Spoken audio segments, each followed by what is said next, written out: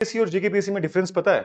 UPSC एक साल पहले एग्जाम कैलेंडर रिलीज करती है और जेकेपीएससी एक महीने पहले डिले का नोटिफिकेशन, पोस्टपोन नोटिफिकेशन इशू करती है।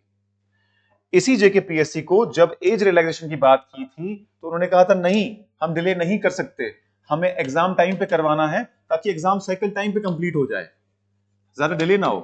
अब दिसंबर में आपका प्रीलिम्स हुआ, दिसंबर 25 में, और अब आप कह रहे हो कि जून 2026 में आप मेंस करवाओगे, और आपने पुराने मेंस का जो रिजल्ट निकालने में 6 महीने लगाए थे, अगर इस वाले मेंस का भी आपने लगाने में 6 महीने लगाए तो रिजल्ट आएगा दिसंबर में। यानी दिसंबर 2026 तक अभी सिर्फ मेंस कंप्लीट हुआ होगा, फिर अगले 2-3 महीने और लगेंगे इंटरव्यू कंडक्ट करवाने में। चलो एक महीना ही मान लो, इसका मतलब है अगले साल के फरवरी में लिस्ट कंप्लीट होगी 2027 में। अब वो अलग बात है कि इस बार थोड़ा वो जल्दी कर ले, मैं तो पिछले वाले मेंस की बात ही कर रहा हूं। यही वजह है हम जेकेएस एज रिलैक्सेशन डिमांड कर रहे थे। 2021 में भी इन लोगों ने 7 महीने लगाए थे मेंस का रिजल्ट निकालने में। इसी तरीके से डिले डिले डिले चलता आ रहा है। और अगर आपको मतलब लॉजिक तो ये दिया जा रहा है, जितने कुछ लोगों से मैंने सुना कि इसलिए डिले हुआ है क्योंकि यूपीएससी प्रीलिम्स बीच में। और भाई यूपीएससी प्रीलिम्स तो वैसे भी पूरा का पूरा डिस्टर्ब हो चुका है उन बच्चों का, यहां से वो मेंस की तैयारी करें कि वहां को प्रीलिम्स की तैयारी करें।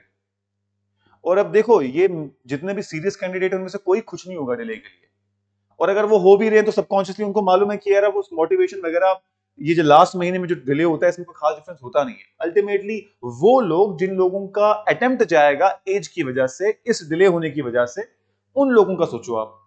जिन लोगों ने 4-4 5-5 साल लगा दिए थे, अब लास्ट का एक और अटेम्प्ट था तो उस अटेम्प्ट वो दे नहीं पाएंगे क्योंकि एज रिलैक्सेशन नहीं मिली। 2025 दिसंबर में यही बोला इन्होंने कि टाइम पे कंप्लीट करना है। और ये हाल सिर्फ हमारे जेकेपीएससी का नहीं है, जेकेएसएसबी को देख लो, कुछ पता नहीं है कौन सा एग्जाम कब ओवरलैप कर रहा है, कोई इंटर डिपार्टमेंटल कोऑर्डिनेशन नहीं है। अभी जूनियर स्टूडेंट एग्जाम का आपको पता ही है कितना डिले हुआ ये। अब मुझे उम्मीद है कि टाइम पे हो जाए 19 अप्रैल को। इस तरीके से नायब तहसीलदार याद भी है कि भूल चुके हो आप लोग? इतने लोगों ने फॉर्म भरा इसका, क्या हुआ इसका बात ही नहीं कोई कर रहा। भाई जहां केस चल रहा है वहां पर रिप्लाई करने नहीं जा रहे ये लोग। कितना सीरियसनेस इनका एटीट्यूड है। बोल रहे हैं भाई हम हजारों जॉब क्रिएट करेंगे, हम ये करेंगे, हम वो करेंगे। जो जो रेगुलर जो इतनी बड़ी बॉडीज, कॉन्स्टिट्यूशन बॉडी जेकेपीएससी और जेकेएसएसबी बनी हुई है, वो कौन सा कोई ढंग का काम कर रहे हैं? तो थोड़ा तो यार आप लोगों को अनएम्प्लॉयड यूथ की तरफ ध्यान देना चाहिए। और अनएम्प्लॉयड यूथ भी जिन लोगों के कंसर्न्स हैं, जेकेएस रिलैक्सेशन, एग्जाम रिफॉर्म, नायब तहसीलदार, आपको पता है हमने 40 एमएलए पे जाके अपनी रिप्रेजेंटेशन फाइल की।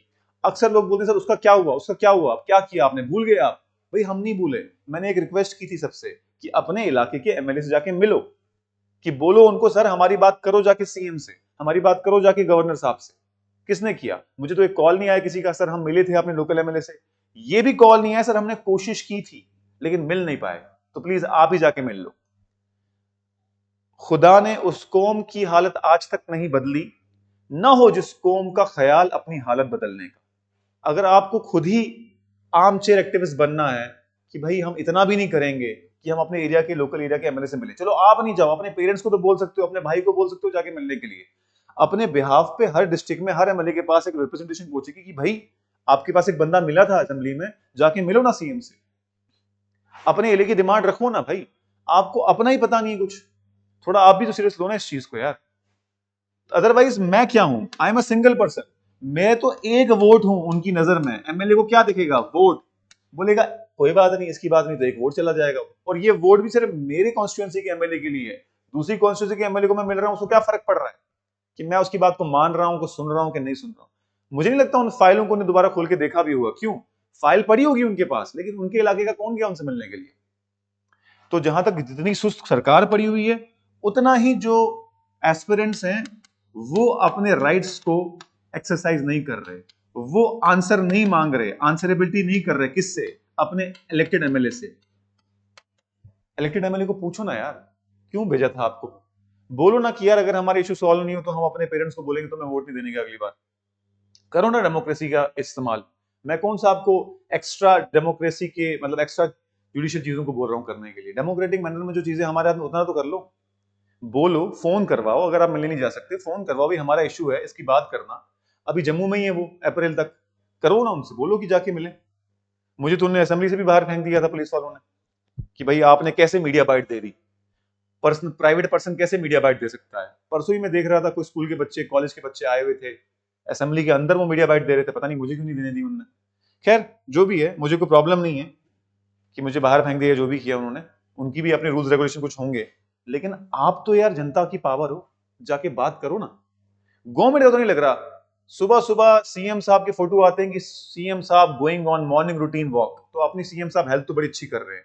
सीएम साहब को मैं बोलना चाहूंगा, सर हमारे स्टूडेंट्स की मेंटल हेल्थ भी खराब हो रही है, अपनी हेल्थ तो आपकी अच्छी हो रही है, उनकी मेंटल हेल्थ का भी ध्यान दो।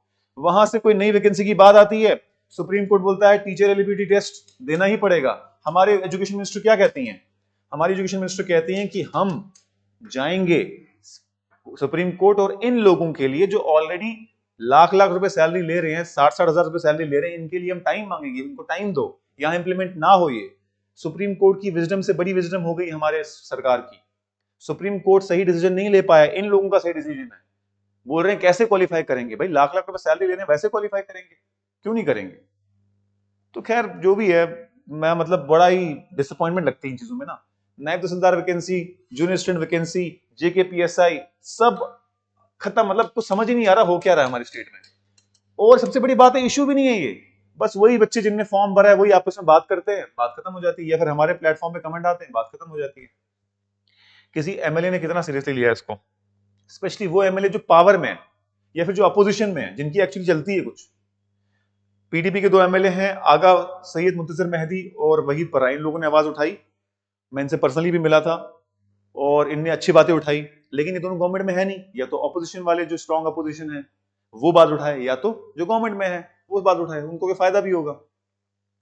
तो मैं इतना ही कहूंगा जाने से पहले कि भाई बात करो, उठाओ बात, एज रिलैक्सेशन होनी चाहिए। ये क्या कर रहे हैं आप लोग, ऐसे तो एज रिलैक्सेशन मिलनी चाहिए ना। खैर ये हमारा काम है, ये इशू उठाना, हम उठाते रहेंगे। बाकी जितना भी हमसे बन पड़ेगा हम तैयार हैं, अभी भी डेफिनेटली करेंगे। हमारे लायक कुछ हो तो बताइए कमेंट सेक्शन में। Thank you.